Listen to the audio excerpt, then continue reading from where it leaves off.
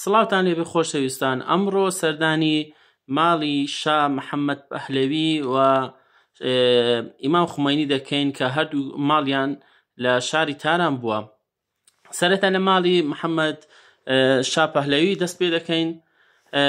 محەممەد ئەم شوێنە کە لە کۆتاییەکەی بووە بە ماڵی شا محەممەد ڕەزا پەهلەوی لە 18 کۆشک پێک هاتووە.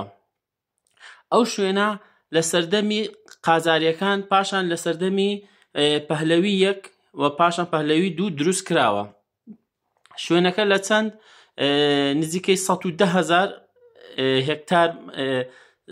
هێکتارە زەویەکەی و گوتمان 18 کۆشک پێک هاتووە.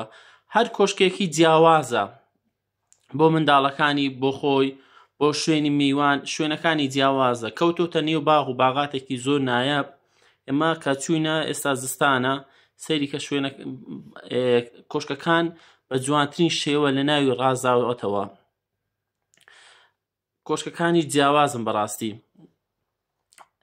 لێرە سەرەتا ئەم هەیکەلەی دەبینین، ئەمە نیوەی هەیکەلی شا بۆ، بەڵام کە دوای ئینقلاب نیوەیان شکاندووە، ئەو نیوەی ماوە. لێرەش سەرەتا دەین یەکێک لە کۆشکەکانی شا کە ئێستا دەچینە ژوورەوە.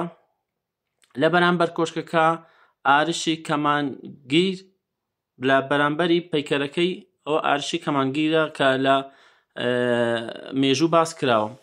لێرەش ژوورەکانی شایە کە بەبێ ئەوەی هیچ دەستکاری بکرێ، چونکە شا نەیزانی کە ئاوای بەسەر دێتن، یعنی لە ناکاو ڕۆیشتیە، بۆیە هیچ شوێنێکی دەستکاری نەکراوە کە جێ هێشتووە وەکو ئەو وایە کە تازە لێوێن دەربوو بێ. دەرگا لەسەر پێوە دراوە و ئەو شتانی کە لە ناویشیتی هەموو لە ئەوروپا بۆی هاتووە، لە دەوڵەتی جیاواز بۆی هاتووە.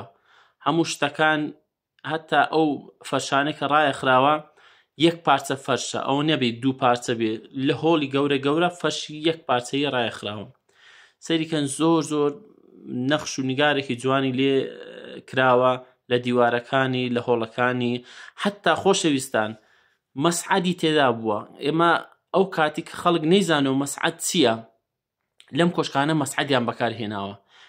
ئەم شوێنە شوێنی بلیاردی پاشاو بووە کە لێرە محەممەد ڕەزا شا بلیاردی کردووە. ئەمەش شەترەنجەکەیەتی دەستکاری نەکراوە وەک خۆی ماوەتەوە. ئەمە یەک کۆشکیەتی، گوتمان 18 کۆشکە، کۆشکەکانی جیاوازن.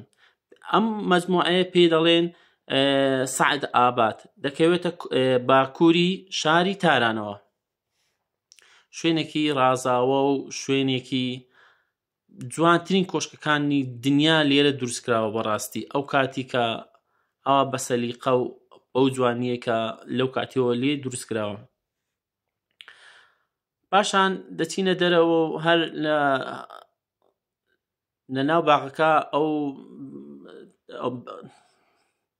گوتمان بە ئەوەش تەسوورکەین و لە سەرمان بۆ خۆی نیشت بوو، ئێمەش تەسوورمان کرد. پاشان بە لەبەر گەورەی دەبێ بەو سیارانە کە بە کارەبا ئیش دەکات دەتوانی لە ناو کۆمەلگە سەعد ئابادی بسوڕێەوە یان کۆشکەکان بکەی. ئێستا ئێمە دەچین بۆ کۆشکێکی تر. سیرکەن چەند گەورەیە، ینی هەر هەمووی باغ و باغاتە. خەڵک دێن، خەڵکێکی زۆری دێن بۆ سیرکردنی شوێنەکە.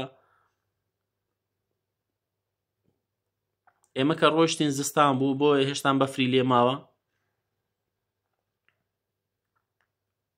ئێستا دەچین بۆ کۆشکێکی تر بە ناوی کۆشکی سەوز، واتە سەبز. ئەو کۆشکەش لە 2 تابق پێک هاتووە. ئێستا دەچین بۆ ناو کۆشکەکە. کۆشکەکە لە 2 تابق پێک هاتووە، پێی دەوترێ کۆشکی سەبز. لێرەوە نووسراوە سەبز، تاخی سەبز. کە بۆ پێی دەڵێن کۆشکی سەوز، چونکە لە دەرەوەی بە مەرمەڕی سەوز دروست کراوە، مەرمەڕی سەوزی لێدراوە. سەیریکەن سەوزە مەرمەڕەکە، بۆی پێدەڵێن کاخی سەبز. لەناوە لە تەبەقەی یەکەم ئەوە نووسینگەی شا محەممەد ڕەزا پەهلەوی بووە. ئێمە نەماتوانی هەمووی تەسوورکەین لەبەر ئەوەی گوتیان تەسوورکردن مەمنوعە، نەیان دەهێشت تەسوورکرد. و ژێر زەمینەکەشی عەمبار بووە. سەیریکە ژوورەکانی زۆر نایابە. ئێستا ژوورێکی تر دێتە پێشەوە، سەیریکن ئەو شتانە هەموو لە ئەوروپا هاتووە، لە شاری جیاوازیاوە، لە دەوڵەتی جیاوازیاوە زوبۆی هاتووە، هیچی لە ئێران دروست نەکراوە. سەیرکە ئەم دیوارانە هەموو شوشەیە، هەر هەمووی سەقفەکانی هەمووی شوشەیە. ئەمە نووسینگەی تایبەتی محەممەد ڕەزا شا پەهلەوی بووە. پاشان ئەوەش وێنەی جەنابی خۆم و ئێستاش دەچینە ماڵی ئیمام خومەینی کە خانوویەک بووە لە گەڕەکێکی کۆنی تاران. خانووەکە 300 مەتر بووە و سەیرکەن ئەو ڕێیە ئەو بەرامبەرە ماڵیەتی لێرەوە دەچێ بۆ حوسێنەی جەماران.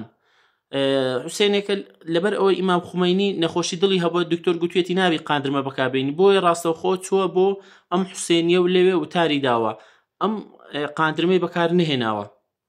وەکو گوتمان خانوویەکی کۆنە، ئەو خانووەش خۆی نەبووە کە دوای ئینقلاب ئیمام خومەینی 9 ساڵ لێرە ژیاوە. سەیرکەن قەنەفەیەکی سادە و لە ژوورەوەش قەلەوەرەیەکی لێیە و لێرەش هۆڵک لێیە. لەم سوچەش لەم ژوورەوە پانکەیەک بچووکم بینی، لێرەش چەترێکی شکاوم بینی، نازم ئەو چەتر شکاوە چ بوو، لەوانەیە ئەویش هەرئی ئەو بێ. گوتمان لێرە ڕاستەوخۆ دەچێتە ناو حوسێنیەکە. ئێستا دەچینە ناو حوسێنیەکەش. خۆشەویستان مانگانە کریداوە بۆ ئەو خانووە، 9 ساڵ گوتمان لێرە ژیاوە ئیمام خومەینی. پاشانیش دەچینە ناو ئەو حوسێنیە کە لەوێ وتاری داوە، بەو ڕێگایی دەچووەکە ناو حوسێنیەکە. ئەمە وێنەیەکە کە کاتی خۆی ئیمام خومەینی وتاری داوە خەڵک دانیشتوونە لە ژوورەوە. ئەم شوێنە بەرزاییە کە لە خانووەکەی خۆیەوە هاتۆ بۆ حوسێنەکە لێوێندە وتاری بۆ خەڵک داوە، وەکو دەیبینن لە وێنەکە. حوسێنێکی کۆنە، 2 تەبەقەیە، تەبەقەی خوارێ ئەوە پیا و دانیشتوونەت لە تەبەقەی سەرێش ژن بوونە. لە بەرامبەری ئیمام خومەینیش لێرە وێنەیان گرتووە، تەسویریان کردووە لەو شوێنە بەرزە. خەڵک دێ بۆ سەردانیکردنی خانووەکەی ئیمام خومەینی کە و سەیری ئەم حوسێنیش دەکا کە کاتی خۆی ئیمام خومەینی لێرە وتاری داوە کە شوێنێکی کراوە بە مۆزەخانە. لێرەش ئەم مێزە ڕسمی یەکێک لە کوڕەکانی ئیمام خومەینی لەسەر ئەم مێزە دانراوە. نەمزانیم مەبەستیان چییە لەم وێنە و ئەو مێزە، بەڵام ئەم وێنەیە کوڕی ئیمام خومەینیە. لەژێر ئەم حوسێنیە هۆڵێکی هەلەیە. ئەوە ئێستا دەچین بۆ ئەو هۆڵە، ئێستا دەچینە ژێر زەمینەکەی کە ئەم هۆڵە تەنها ئەو شتانێک ئیمام خومەینی کە لە دوای خۆی بەجی ماوە لێرە بەجی هێشتووە، لێرەیان داناوە وەکو مۆزەخانە. سەرەتا وێنەکانی ئیمام خومەینیان داناوە هەر لە منداڵیەوە تاوەکو ئاخری تەمەنی لێرەیان داناوە. سەیریکەن وێنەکان جیاوازە کە وتاری بۆ خەڵک داوە، نوێژی بۆ خەڵک کردووە کە دێتم بۆ ناو مزگەوت. ئەوە وێنەیەکی تریەتی کە ئیمام خومەینی لێرە نوێژ دەکا.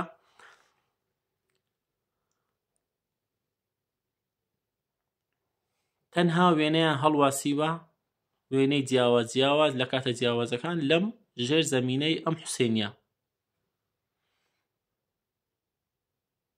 خۆشەویستان لەم سوچە قورئانێکی ئیمام خومەینی کە ئەمە قورئانەکەیەتی لێرە لەگە پاسەپۆرتێک و عینەگەک و لەگەڵ تەسبیحێکی زۆر، ینی تەسبیحێکی زۆر سادە هەیبووە، لەگەڵ ئەو عەترە کە ئەو بۆنەی کە بەکارهێناوە ئەو گڵاوە لێرەیان داناوە. ئەمە عینەگەکەیەتی لەگەڵ ئەم تەسبیحەکەیەتی. لەژێرەوەش نعلەکەی و لەگەڵ عەبایەکەی و دارعەساکەیەتی لێرەیان داناوە وەکو یادگاری ئەو شتانەی لە دوای خۆی بەجێ هێشتووە. شاچی لە دوای خۆ بەجێ هێشتووە، ئیمام خومەینی چی لە دوای بەجێ هێشتووە لە دوای خۆی. خۆشەویستان ئەمە نامەکانیەتی کە ناردویانە یان بۆیان ناردووە. لێرە پاراستویانە ئەوەش با بڵێن ئەو شتانێک لە دوای خۆی ئەو قاغەز شتە ماوەتەوە لێرەیان داناوە.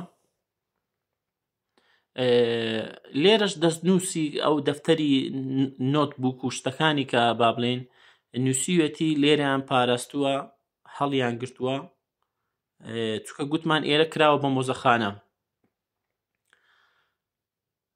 لە پاشانیش لە پاش ئەم دەستنووس و ئەوانەی کە لێرەیان بەجێهێشتووە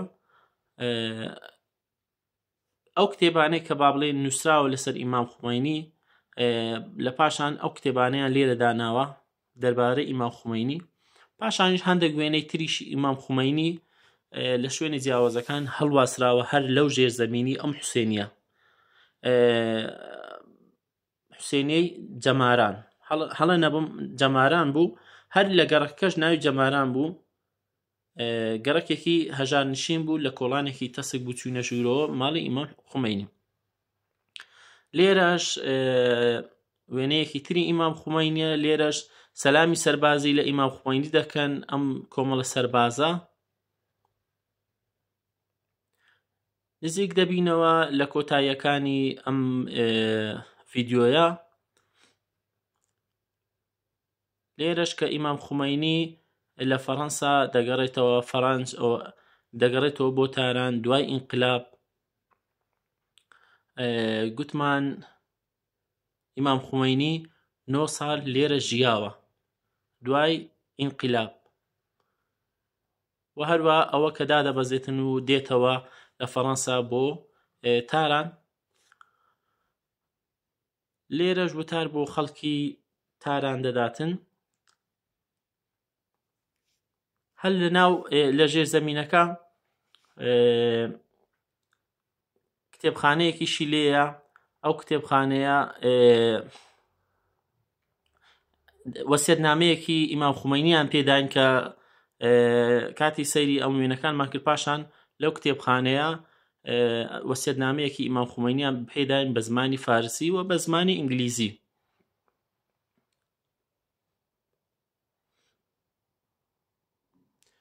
لێرە ئەو شتانە تەنها وێنە و یادگاری و ئەو شتانەی کە لە دوای ئیمام خومەینی بەجیماوە لێرە وەک کراوە بە مۆزەخانە و جیان هێشتووە یاخود هەڵیان گرتووە. خۆشەویستان، لێرە نوێژ بۆ خەڵک دەکەوە. لێرە نوێنەرانی کوردی ئێران سەیریکە کورد هاتوونە بە سەردانی ئیمام خومەینیان کردووە، جلی کوردیان لەبەرە ئەم کوردانە هاتوونە لای ئیمام خومەینی. ئەم وێنەش وێنەیەکی جوان بوو، بۆیە گوتم بە ئەوش تەسویر کەم، شتێکی جوان بوو. لێرەشدا قسە بۆ ئەو خاتوونە دەکا و نزیک دەبینەوە لە کۆتایی